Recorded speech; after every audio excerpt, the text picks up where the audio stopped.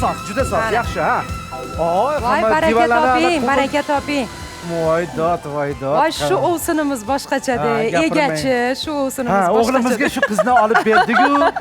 Qarang, uyimiz baxti ochilib ketdi, uyimiz ham toza. O'g'lingizga shu kelinni olib berdingiz-u, baxti yayrab, yashnab ketdi. Qarang, o'zini maqtamasa. Ovsinjon, bu uylarni tozalamasak, xonadonimizni tozalamasak, bayram-bayramdek bo'ladimi? Albatta, toza uyda baraka bo'ladi. Albatta. O'rgilay o'sin, o'zim o'rgilib ketay.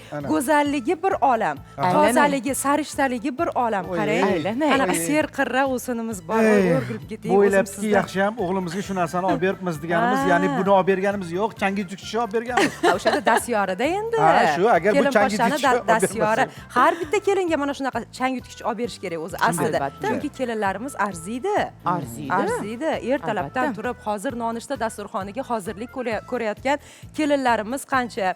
Hozir nonushta dasturxonini nima deydi, yig'ishtirib bo'lgandan keyin albatta tozalik ishlariga tushib ketamiz hammamiz. Mana shunday mahalda chang yutgichlar bizga juda ham asqotadi.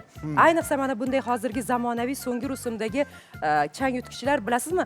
Nafaqat bu o'sha gilamdagi yoki ko'rpa to'shakdagi changlarni, balki mana yumshoq mebellar yuzasini tozalashda ham juda asqotadi, aka. Buni yana bir bilasizmi, afzal tomoni qayer? Ya'ni chang yutishga yutadi-yu, lekin o'zidan chang chiqarmaydi. Chunki buni ichida suvi bor. Hamma chang kirlar suvni o'zida qoladi. O'sha suvda qoladi. Ha, juda serqirra, hattoki uyni havosini tozalaydi. Uyda yangi kislorod, tirik havoni in'om etadi bizga.